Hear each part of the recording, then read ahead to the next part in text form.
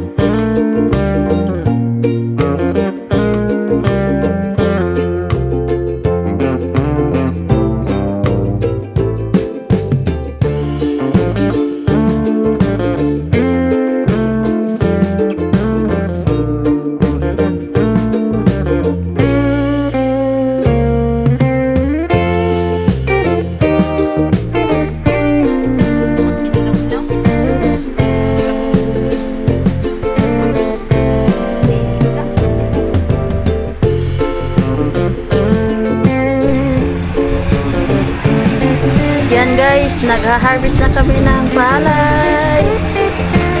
Oh, Jesus.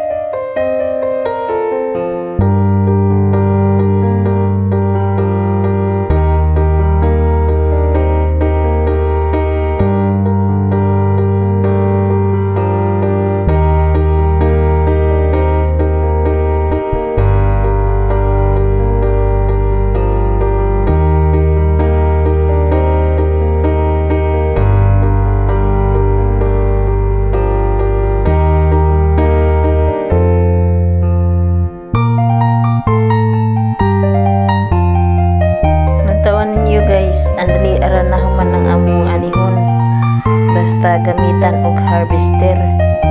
So pila ra mga oras or mga half hour lang ang isa ka hektarya dali ra ching mahuman. So kani nga dapit guys mga 2 hectares ko ni apin. So dali ra ching nahuman guys basta naay kay makina nga inaani harvester.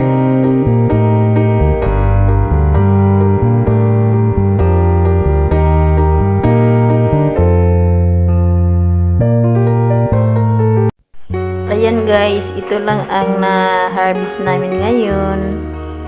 So, salamat na naman sa blessing na ihatag sa Ginoo sa amo. Bye-bye and God bless.